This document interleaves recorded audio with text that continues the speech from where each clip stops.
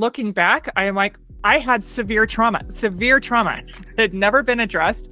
I didn't know how to use therapy. I actually hated therapy for the first 15 years after my diagnosis, because I would go and I would just talk and talk and talk, and I didn't feel like it was doing any good, and it just made me feel worse. And so I got to a point where I just hated therapy.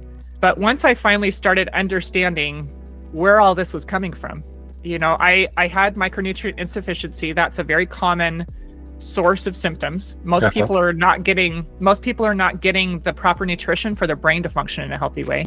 It's a very common issue. And then I had really severe trauma that had not been addressed. It had been suppressed and buried, but all the emotional turmoil that was caused by that was coming out, and I was developing unhealthy coping mechanisms to deal with the trauma, and nobody had any curiosity. And that's the biggest issue I have with these diagnoses, is it stops the curiosity.